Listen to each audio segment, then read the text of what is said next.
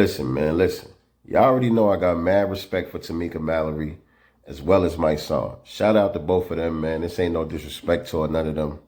But some of the shit they was saying on Ebro in the morning, I'm just going to have to disagree, man. I'm sorry. I apologize. Do for self or suffer the consequences. The wisdom of Elijah is inside of the conscientious. So I move. Home. The last few months, we actually have been living in Kentucky, working with Breonna's family on the ground, helping them to fight for justice for their daughter. And they are coming to New York, and they're going to specifically be uniting with Eleanor Bumper's family. A lot of people may not know, especially in our age group, but you should definitely do your research on Eleanor Bumpers, who was an elderly woman killed by the NYPD in her home in 1984. In fact, it actually happened in October of 1984. She had some mental health issues.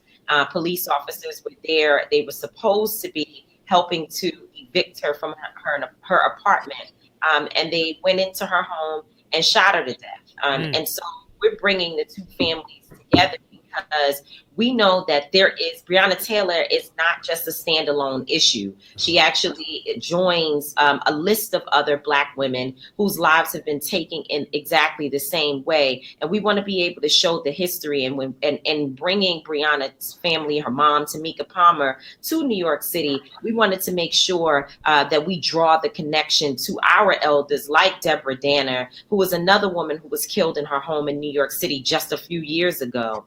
And so at 2:30 on Saturday, we're going to be outside the Trump International Hotel on 62nd Street and Columbus Circle. We're going to be taking that area over, having a rally. And the main focus of the rally is to get people out to vote. We want to make sure that as people have been protesting for Breonna Taylor every single day on the streets, we want people to take that protest and go to the polls with the same energy as the polls open early on October 24th in New York City. Now here, Tamika starts off talking about how she wants to bring these two families together who are both basically victims of white supremacy. You know what I'm saying? To do some type of symbolic gesture. But I don't like to individualize these killings because it makes it seem like they're isolated incidents when that's not the case. What we have is systemic white supremacy, and these killings are being sanctioned by the state. And what's the point of this symbol in the first place? What is this symbol supposed to suggest? It's to me, it's like another way of trying to appeal to some type of morality within white folks or something. Like we're trying to get people to see our pain and maybe they'll stop killing us or something like that. Like, what's the point? Like, who are we trying to appeal to? That's what I'm trying to understand. And so it's always the same old stuff, right? They start off, they go on and on and on about all of the stuff that's happening to Black people, right? All these terrible things that are happening to Black people and Black women and Black men and black. Everything is black. Talking about everything that's going on with Black people. And then the thing that they shift into is voting as if that's the answer, when the people that you're telling us to vote for are telling us that they're not going to do anything for Black people. They're going to do something for minorities and people of color and everything else. You know what I'm saying? And so the Black pain is always the motivation for the movement. The black pain is what fuels the entire movement. But when it comes to the tangibles that we're supposed to get to rectify the situation, then it has to go to everybody. And that's the thing that they don't like about Trump, because with Trump, he spread the pain around to everybody.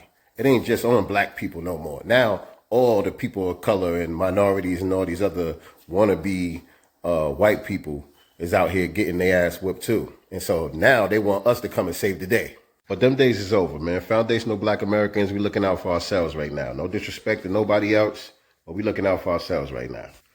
And so it's fine if y'all want to have y'all rally at the Trump International and try to get everybody to go out and vote. It's fine if you want to, you know what I'm saying, everybody to take the same energy from the protests and bring it to the polls and all that. I mean, it's perfectly fine if that's what you want to do. But honestly, all of that wouldn't even be necessary if the Democrats would just do one simple thing.